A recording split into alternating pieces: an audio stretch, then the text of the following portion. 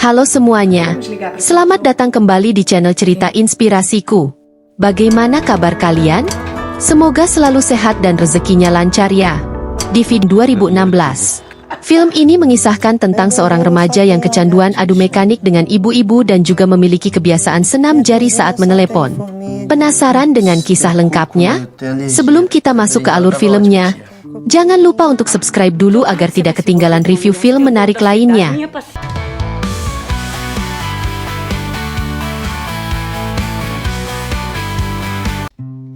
Cerita dimulai dengan seorang wanita bernama Angela yang sedang menerima telepon dalam keadaan sangat sedih. Saat itu, Angela mengira bahwa penelepon tersebut adalah mantan suaminya, Telo, karena suara di ujung telepon tidak berbicara sama sekali.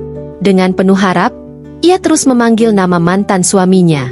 Namun, tanpa disadari Angela, penelepon sebenarnya bukanlah Telo, melainkan seorang remaja bernama Diogo.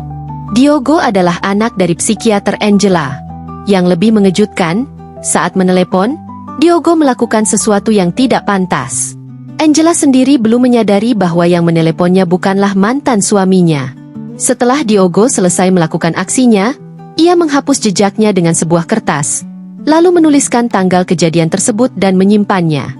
Hingga suatu hari, Angela tampaknya tidak lagi peduli meskipun penelepon tidak berbicara sepatah kata pun.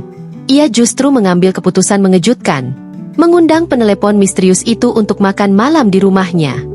Angela menunggu penelepon misterius itu datang ke rumahnya. Tanpa sadar, ia sudah menghabiskan minuman yang ia racik sendiri hingga efeknya mulai terasa. Namun, orang yang ditunggunya tak kunjung datang. Semakin lama, Angela merasa tubuhnya semakin lemas. Ia akhirnya mengangkat telepon dan mengungkapkan bahwa dirinya sudah tidak kuat lagi. Tak lama setelah itu, ia kehilangan kesadaran. Mendengar hal tersebut, Diogo segera pergi ke tempat tinggal Angela dan membawanya ke rumah sakit. Beberapa waktu kemudian, Angela sadar dan mendapati dirinya sudah berada di rumah sakit. Dokter Lucy pun langsung mengizinkannya untuk pulang. Sebelum pergi, Angela bertanya kepada dokter siapa yang telah membawanya ke rumah sakit. Dokter menjawab bahwa orang itu bernama Diogo. Jawaban tersebut membuat Angela bingung, karena ia merasa tidak mengenal seseorang dengan nama itu. Setelah keluar dari rumah sakit, Angela kembali berkonsultasi dengan psikiaternya, yang tidak lain adalah ibu dari Diogo. Namun, ia masih belum menyadari bahwa anak dari psikiaternya adalah orang yang telah membawanya ke rumah sakit. Ketika sesi konsultasi selesai, Angela tanpa sengaja masuk ke beberapa ruangan di rumah tersebut.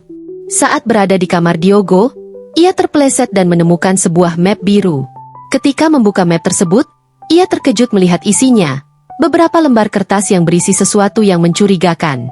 Namun, yang paling mengejutkannya adalah ia menemukan namanya tertulis di dalam salah satu kertas itu. Hal tersebut membuatnya langsung merasa pusing dan kebingungan.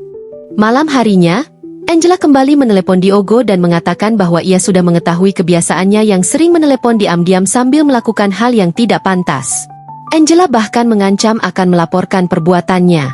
Namun, keesokan harinya setelah pulang sekolah, Diogo tiba-tiba menemukan sebuah surat dari Angela. Dalam surat tersebut, Angela menuliskan bahwa ia bersedia memaafkan Diogo, asalkan ia datang ke tempatnya saat itu juga. Tanpa ragu, Diogo pun mendatangi kosan Angela. Mereka pun menghabiskan waktu bersama, makan malam sambil mengobrol tentang musik.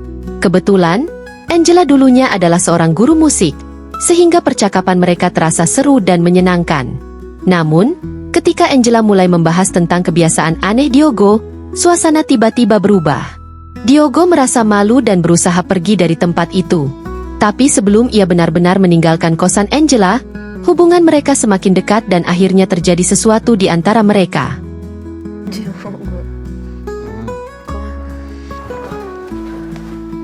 Setelah malam itu, Diogo pulang ke rumahnya. Saat tiba di rumah, ayahnya sudah menunggunya karena saat itu sudah pukul 6 pagi.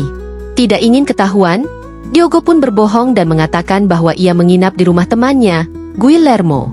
Keesokan harinya, sepulang sekolah, Diogo bermain game bersama Guillermo. Dalam perbincangan mereka, Diogo menceritakan apa yang terjadi semalam dengan Angela. Guillermo pun terkejut dan merasa aneh dengan Diogo, karena di usianya yang masih sangat muda, ia justru tertarik pada wanita yang jauh lebih tua darinya. Keesokan harinya, video dan chat yang dipakai sebagai bukti disimpan di dalam map. Ibunya kemudian menanyakan tentang kebiasaan Diego yang akhir-akhir ini sering pulang pagi. Diego pun menjelaskan bahwa dia baru saja datang dari rumah Guillermo.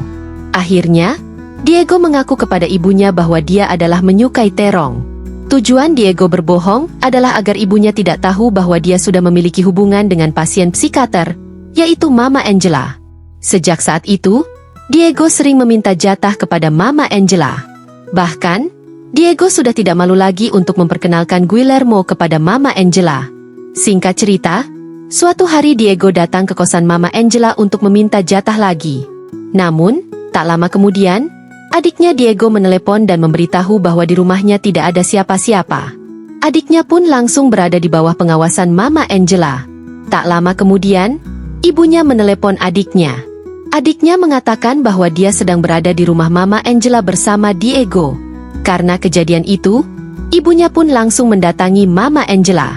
Keesokan harinya, ibunya marah kepada Mama Angela karena telah melakukan hal yang dilarang, mengingat usia Diego yang masih 17 tahun.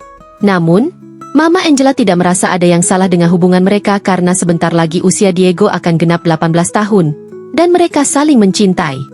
Ibunya pun bersikeras bahwa dia tidak akan membiarkan anaknya jatuh ke pelukan Mama Angela, karena menurutnya, anaknya masih terlalu muda untuk diajak berhubungan, apalagi dengan seseorang yang seusia Mama Angela. Karena dimarahi oleh ibunya, si Mama Angela pun merasa sedih. Dia mulai berpikir bahwa mungkin dia harus melepaskan Diego. Keesokan harinya, ketika Diego datang ke kosan, tiba-tiba Diego dihalangi oleh Tono, penjaga kosan. Rupanya, Mama Angela menyuruh Tono untuk menahan Diego karena dia tidak ingin bertemu dengan Diego lagi. Bahkan, Mama Angela juga tidak mau mengangkat telepon dari Diego selama berhari-hari, yang membuat Diego merasa sangat galau. Akhirnya, Diego marah kepada ibunya karena merasa ibunya telah membuat Mama Angela menjauh dan tidak bisa lagi bertemu dengannya. Ibunya pun menjelaskan bahwa Diego belum siap secara mental maupun materi untuk menjalin hubungan yang lebih serius, apalagi dengan seseorang seperti Mama Angela. Suatu malam, tiba-tiba Mama Angela menelepon Diego dengan suara yang sangat lembut. Mendengar suara Mama Angela di telepon, Diego langsung merasa terharu dan memutuskan untuk mendatangi Mama Angela di kosannya. Akhirnya, mereka pun bertemu dan beradu mekanik. Sejak saat itu, Diego dan Mama Angela semakin dekat dan merasa bahagia bersama. Mama Angela bahkan sudah siap untuk hidup berdua dengan Diego. Karena Diego masih bersekolah dan belum memiliki pekerjaan, Mama Angela bersedia menanggung semua biaya hidup mereka sampai Diego lulus. Situasi ini tentu sangat menguntungkan bagi Diego. Namun, kebahagiaan mereka terganggu ketika Diego pulang ke rumah dan mendapati kedua orang tuanya sudah menunggunya. Mereka mengatakan bahwa adiknya yang masih kecil mulai memahami hal-hal yang seharusnya belum ia ketahui. Sang adik tahu tentang kebiasaan buruk Diego dan juga hubungan terlarangnya dengan Mama Angela. Meskipun demikian, Diego tidak peduli dengan semua itu. Baginya, yang terpenting adalah bisa terus bersama Mama Angela. Menyadari bahwa tidak ada yang bisa mengubah keputusan anaknya, orang tua Diego akhirnya menyerah dan tidak lagi menasehatinya. Keesokan harinya, Diego memutuskan untuk kabur dari kelasnya. Di depan gerbang sekolah, Mama Angela sudah menunggunya dengan sebuah mobil baru. Mobil itu diberikan kepada Diego agar mereka bisa lebih leluasa pergi kemanapun mereka mau. Kini, tidak ada yang bisa memisahkan mereka lagi. Mereka terlihat sangat bahagia menjalani hidup bersama. Dengan begitu, film Fala Chomigo 2016 pun berakhir.